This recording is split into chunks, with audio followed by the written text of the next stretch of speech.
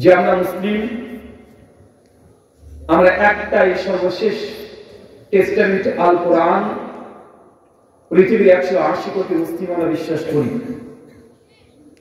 আজকে 180 কোটি যত মুসলিম আছে তারা কেউ বলে না যে কোরআনের মধ্যে আমাদের কোনো পরিবর্তন আছে। আমার কাছে যে কোরআন, আপনার কাছে সেই একই কোরআন আছে। গোটা বিশ্ব জগতের মুসলিম জাতি একটা কিবলাকে কিবলা মনে করে। সর্বশেষ নবী মুহাম্মদ রাসূলুল্লাহ সাল্লাল্লাহু আলাইহি ওয়াসাল্লামকে শেষ সমস্ত মুসলিমরা বিশ্বাস করে। আমরা একজন স্রষ্টা আল্লাহকে বিশ্বাস করি। একটা কিবলার দিকে মুখ করে সবাই সালাত তথা নামাজ পড়ি।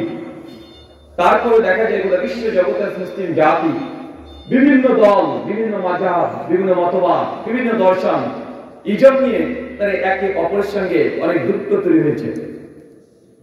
তাই আলোচ্য বিষয় অনেক গুরুত্বপূর্ণ। আর এই আলোচনাটি আমাদের প্রত্যেকের কম বেশি বোঝা উচিত। আজকে আমি আলোচনা শুরুতেই আপনাদেরকে বলতে চাই যে মুসলিম উম্মার মধ্যে এত দল, এত মাযহাব, এত মতবাদ কেন তৈরি হলো, এর একটা ইতিহাস বলবো, আর পাশাপাশি এর কারণ কি, এবং শেষে গিয়ে দেখাবো যে কোরআন সুন্নাহর যে ইসলাম আর প্রচলিত মাযহাব তার মধ্যে পার্থক্য কি কি আছে। এক কথায় বলতে পারেন, নাম দিয়েছেন সালাফি কনফারেন্স, এবং সালাফিদের আন্দোলন আহলে হাদিস তাদের অপর নাম, বিভিন্ন নামে তাদেরকে ডাকা হয় গুণ এবং বৈশিষ্ট্যের কারণে। এবং আহলে হাদিস সমাজ বারবার একটা কথা বলে যে মানহাজুস সালাফ, সালাফদের মানহাজ অনুযায়ী চলতে হবে। এই কথা বলা হয় না? ফাহমুস সালাফ, সালাফদের ফাহাম অনুযায়ী বুঝতে হবে। কোরআন সুন্নাহ যদি নিজের ইচ্ছে মতো যদি বুঝতে চান তাহলে পথভ্রষ্ট হবেন, এটা স্বাভাবিক। ইতিপূর্বে অনেক দল মতবাদ তারা কোরআন সুন্নাহকে নিজের বিবেক দিয়ে, কিয়াস দিয়ে, যুক্তি দিয়ে বুঝতে গিয়ে তারা পথভ্রষ্ট গোমরাহ হয়েছে। তার জন্য কোরআন এবং সুন্নাহকে বোঝার জন্য আহলে হাদিস সালাফিদের দাবি হচ্ছে যে কোরআন হাদিস বুঝতে হবে ফাহমুস সালাফ, সালাফদের বুঝ অনুযায়ী, বা এটাকে অন্যভাবে বলা যায় মানহাজুস সালাফ, সালাফদের পথ অনুযায়ী। এই দুটো বিষয় একসাথে বোঝার চেষ্টা করব। একদিকে থাকবে মানহাজুস সালাফ বা ফাহমুস সালাফ, আর একদিকে থাকবে মাযহাব। মাযহাব এবং মানহাজের মধ্যে পার্থক্য কি, এই বিষয়টা ক্লিয়ার করব। আলোচনার মধ্যে চিৎকার হবে না, গান গজল কবিতা হবে না, শুধু উম্মাদকে নিজেদের মধ্যে দ্বন্দ্ব যে কলহ আছে এটা কেন হয়েছে, কেন হয়েছে এটাকে জানতে হবে। চলেন আজকের আলোচ্য বিষয় ইসলাম মাযহাব তুলনামূলক আলোচনা।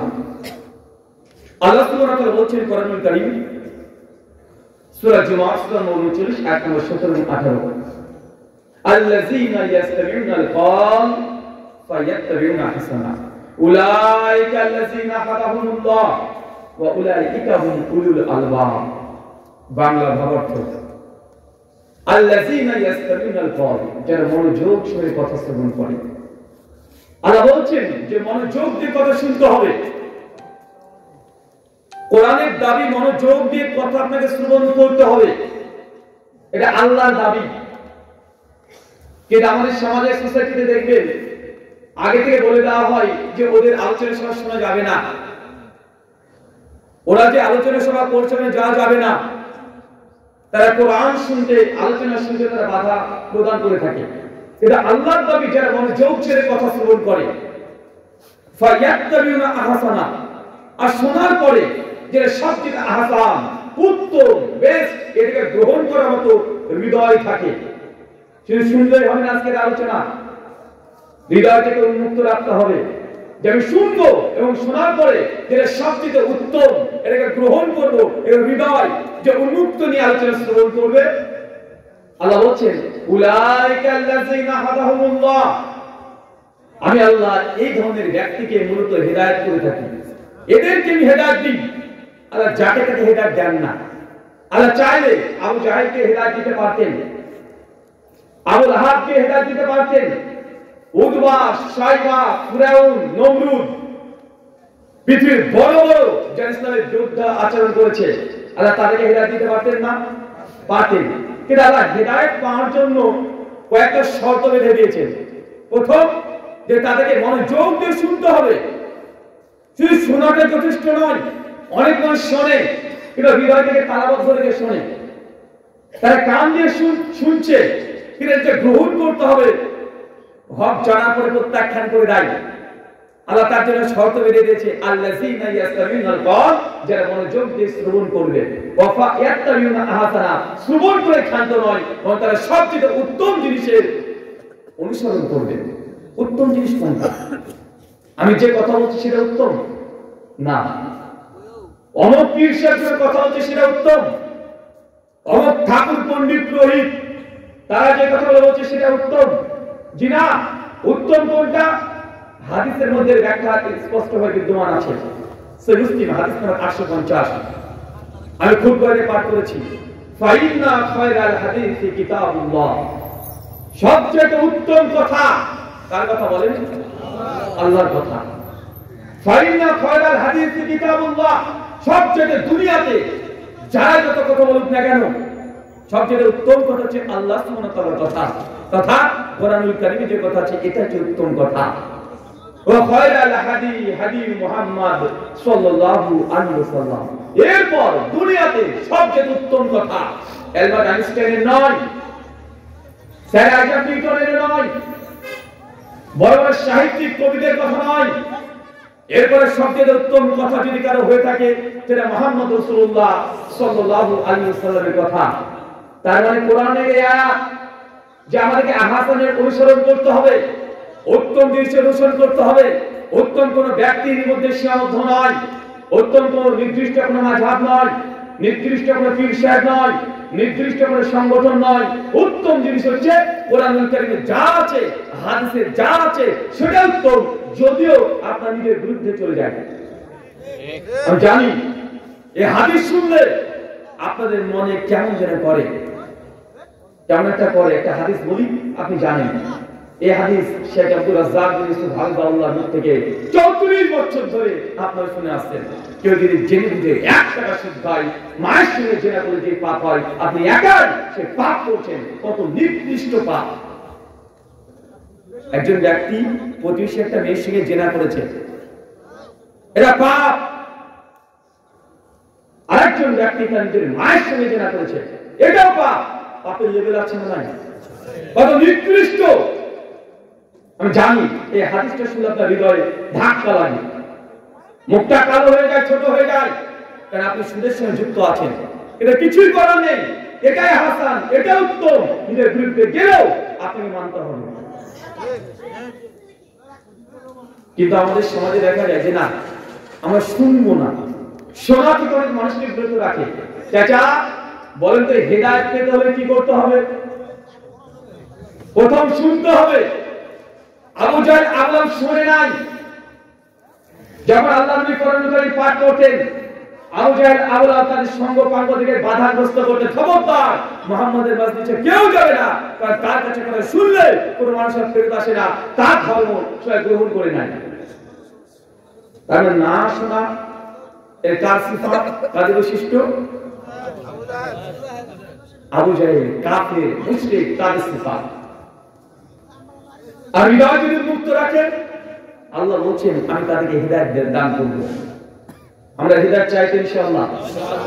আমরা হিদায়াত চাই। হিদায়াত পাওয়ার মূল মাধ্যম যে আপনাকে হৃদয় মুক্ত রাখতে হবে, তালাবদ্ধ রাখা যাবে না। আবু জাহেল, আবু লাহাব, ফেরাউনের মতো হৃদয়টাকে তালাবদ্ধ করলে চলবে না।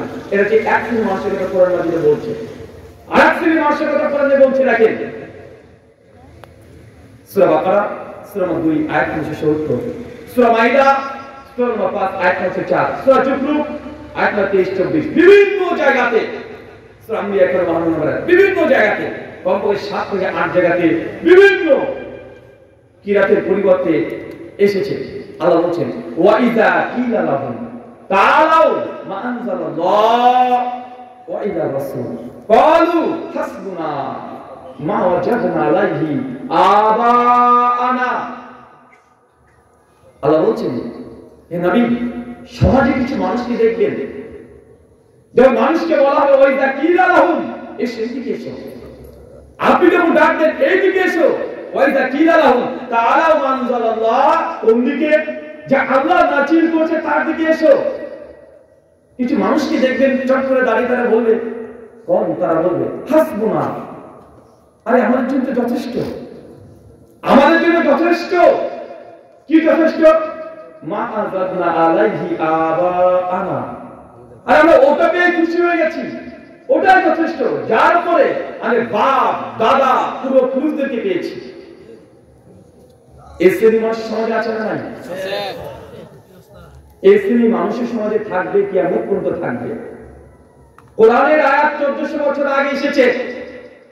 দেখেন সেম 1400 বছর আগে অন্ধকারের যুগ, এরকম লাইট তো দূরের কথা, হারিকেনের কাঁচ আবিষ্কার হয় নাই, সাইকেল তো দূরের কথা, সাইকেলের ভলটি আবিষ্কার হয় নাই। কিন্তু যুগ যত গিয়েছে মানুষ যন্ত্র পাতি দিয়ে আধুনিক হয়ে গেছে। পৃথিবীতে বসে মঙ্গল গ্রহে ফাটল খুঁজে বেড়াচ্ছে, আছেন না কথা বলে? যুগ উন্নত হলেও মানুষের চিন্তা চেতনা 1400 বছর আগের মতোই আছে না কথা বলেন? আছে।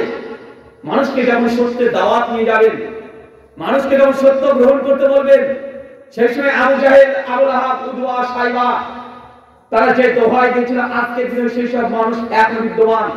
তাদের চেহারা পরিবর্তন হলেও তাদের মগজ ব্রেনের পরিবর্তন হয় নাই। তাদের মুখে একই কথা বের হয় বারবার, যারে তোমরা এই কথা বলছো, আরে আমাদের বাপ দাদাকে এই এমন করতে দেখেছি, এসব নতুন জিনিস নিয়ে আসলো, যেমনটা আমাদের নবী আলাইহিস সালামকে বলেছিলেন। এই দুই কোয়ালিটির মানুষ বিদ্যমান থাকবে, এখনো আছে, ভবিষ্যতেও থাকবে।